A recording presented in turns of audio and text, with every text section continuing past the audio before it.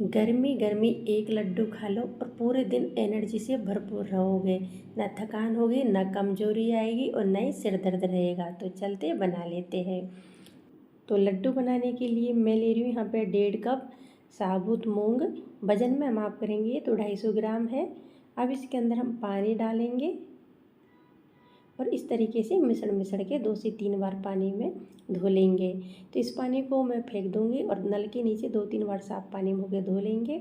पानी के अंदर मूंगों को बिल्कुल भी नहीं रखना, तुरंत ही इन्हें निकाल लेंगे। तो ये देखिए 2-3 बार मैंने इनको धो लिया है और चलनी में डालने से इनका पूरा पानी निकल गया है। अब इनको हम बड़ी सी थाली में डाल देंगे और इनको आधा घंटे के लिए धूप में सूखने के लिए रख देंगे। आधा घंटे में बहुत ही अच्छे से सूख जाएंगे, क्योंकि अभी बहुत ज़्यादा धूप पड़ रही है, तो आधा घंटा काफ़ी है। तो मूंगों को मैंने धूप में रख दिया है और अब हम कर लेते हैं आगे की तैयारी।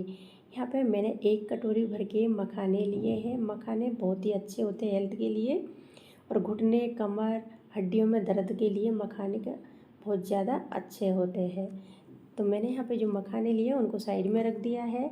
और अब मैंने लिए 1 कटोरी भर के बादाम और 1 कटोरी काजू। वजन में माप करेंगे तो दोनों भी 150 ग्राम है। और यहाँ पे मैंने 50 ग्राम लिए हैं कद्दू के बीज और 50 ग्राम ही मैं ले रही हूँ यहाँ पे खरबूजे के बीज। दोनों भी बराबर की मात्रा में लिए। गर्मियों में ये बहुत ज़्यादा शरीर को ठंडक देते हैं। और ड्राई फ्रूट्स आप आपके हिसाब से और भी ले सकते हो। अब इनको हम रख देते हैं साइड में और चलते गैस की तरफ। तो यहाँ पे मैंने 1 कटोरी घी लिया है, इसी में से हम पूरे लड्डू बना लेंगे।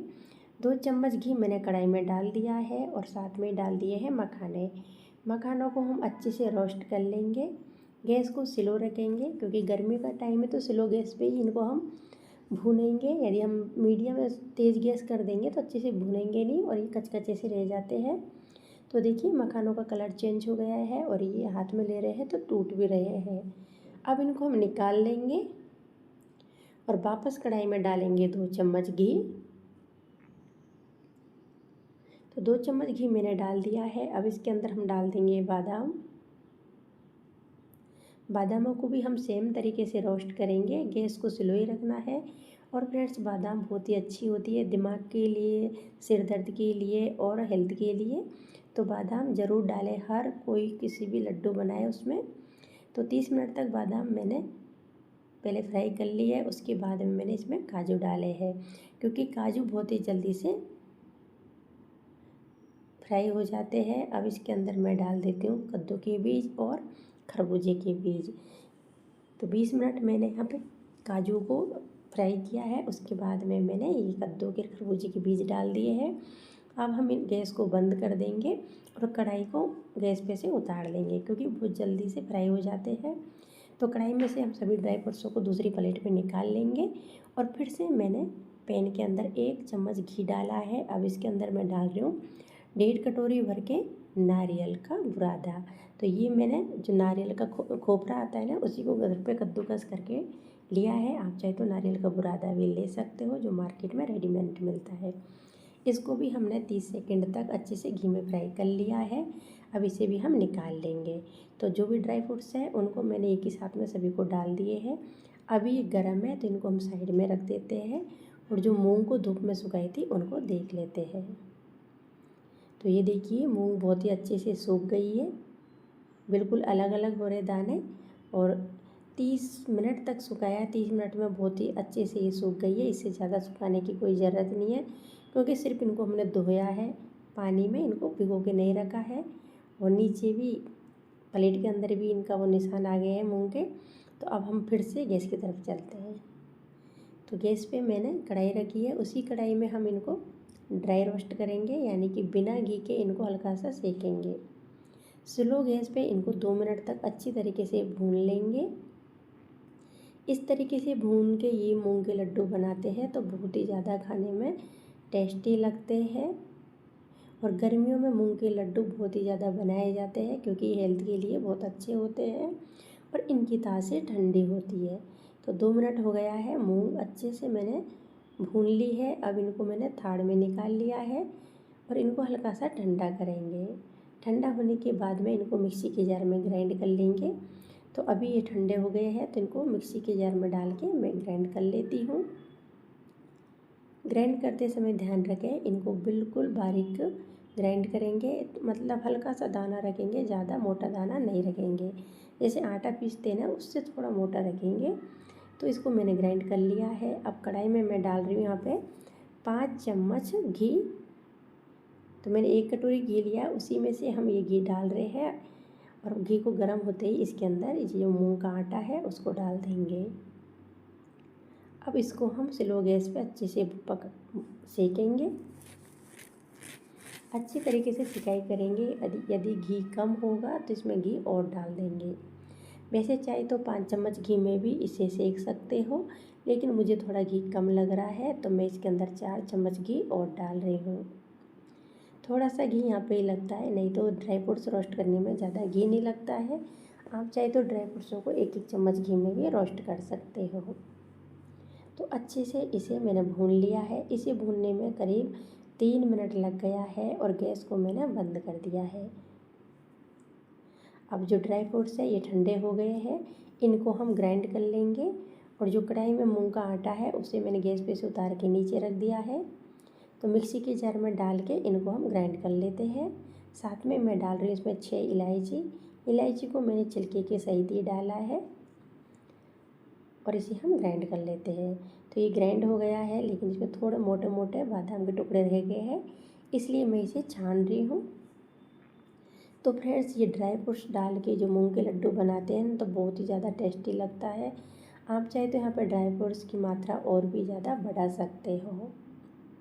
तो ये देखिए मैंने इसे छान लिया है और जो मोटे मोटे बच गए इनको हम वापस ग्राइंड कर लेंगे।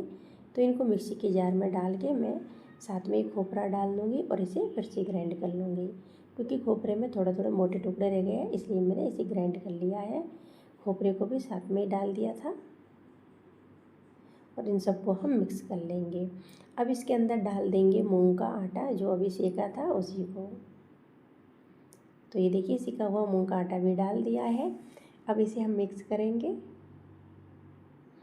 ये लड्डुओं में ज़्यादा घी डालने की ज़रूरत नहीं है, यानी कि लड्डुओं के अंदर ज़्यादा घी नहीं जाता है और बहुत ही ज़्यादा टेस्टी और काफ़ी लंबे समय तक चलने वाले लड्डू बनते हैं। तो अच्छी तरीके से मैंने इसे मिक्स कर लिया है। अब ये लड्डू बनाने के लिए ना ही हम गुड़ लेंगे और ना ही शक्कर लेंगे। तो फ्रेंड्स, लड्डू बनाने के लिए मैंने लिए यहाँ पे 400 ग्राम मिश्री। तो ये धागे वाली मिश्री है। गर्मियों में धागे वाली मिश्री के ही लड्डू बनाए, बहुत ही अच्छे होते हैं हेल्थ के लिए भी, क्योंकि ये बहुत ज़्यादा ठंडाई देती है, मतलब ये बहुत ज़्यादा ठंडी होती है, इसलिए मैंने भी यहाँ पे धागे वाली मिश्री ली है। यदि आपके पास मिश्री ना हो तो आप बूरा ले सकते हो, जिसे तगार भी कहते हैं। अब ये मिश्री को हम क्या करेंगे, पहले फोड़ लेंगे, क्योंकि ये काफ़ी मोटी है। तो मिश्री को मैंने पूरी को फोड़ लिया है और 400 ग्राम मिश्री में से मैंने 100 ग्राम के करीब मिश्री रख ली है, क्योंकि 300 ग्राम मिश्री काफ़ी है। अब हम गैस की तरफ आ गए हैं और कढ़ाई के अंदर मिश्री को डाल देंगे। अब इसमें हम डालेंगे 1 छोटा कप पानी का। तो मैंने छोटा सा कप लिया, जो स्टील के छोटे छोटे कप रहते हैं ना, उससे 1 कप पानी डाला है। तो इसको पहले हम चला लेंगे और मिश्री काफ़ी मोटी होती है, क्योंकि अभी भी काफ़ी मोटी है, तो इसके अंदर मैं आधा कप पानी और डाल रही हूँ। अब फ्रेंड्स, हमको ना ही तो 1 तार की चाशनी लेनी है, ना 2 तार की लेनी है, ना ही 3 तार की लेनी है। हमको मिश्री को हल्का सा चिपचिपापन आ जाएगा ना मिश्री के अंदर, तभी गैस को बंद कर देंगे।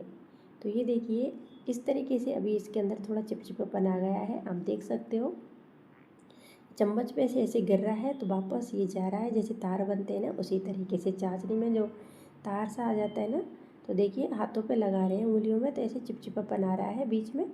तो इतना ही इसे पकाना है, इससे ज़्यादा नहीं पकाएंगे, क्योंकि ज़्यादा टाइट कर देंगे तो जैसे ही ये ठंडी होगी तो लड्डुओं में बांधने में प्रॉब्लम आएगी। तो इसको ज़्यादा टाइट नहीं करेंगे और गैस को बंद कर देंगे और गरम गरम को ही छान के लड्डुओं के ऊपर डाल देंगे।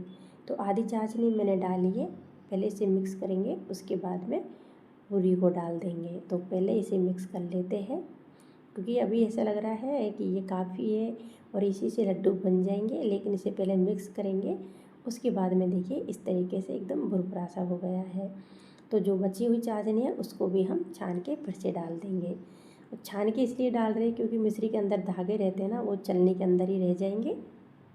तो ये देखिए पूरी चाशनी मैंने डाल दी है। अब इसको मिक्स कर लेंगे और गरम गरम के लड्डू बना लेंगे। तो ध्यान रखें, अभी मैंने हाथ लगाया है तो चाशनी थोड़ी ठंडी हो गई थी, और शुरुआत में मैंने मिश्री जो चाशनी डाली थी तब मैंने चम्मच से पहले मिलाया था और उसके बाद में मैंने हाथ लगाया था। तो अच्छे से मिक्स करके इस तरीके से मैंने लड्डू बना लिए हैं। तो ये लड्डू इस तरीके से बनाओगे तो बहुत ही ज़्यादा टेस्टी और हेल्दी रहेंगे, और कम घी में ये लड्डू बन जाते हैं फ्रेंड्स, ज़्यादा घी भी नहीं लगता है। मैंने 1 कटोरी घी लिया था, उसमें से आधा कटोरी घी ये लड्डुओं में लगे हैं। तो 2 लड्डू मैंने आपको बना के दिखा दिया है, बाकी के पूरे लड्डू मैं बना लेती हूँ, उसके बाद में देखेंगे। तो ये देखिए, बातों ही बातों में पूरे लड्डू बना लिए हैं। बहुत ही ज़्यादा टेस्टी हेल्दी लड्डू बने हैं। और देखिए, एक साइड में कटोरी में घी रखा है तो आधा कटोरी घी बच गया है। गर्मी गर्मी आप एक लड्डू खा लो, पूरे दिन एनर्जी रहेगी, न थकान होगी, न सिर दर्द होएगा, न ही घुटने कमर में दर्द रहेगा। और आधा कटोरी घी बच गया है, बहुत ही कम घी में ये लड्डू बन के तैयार हो गए हैं।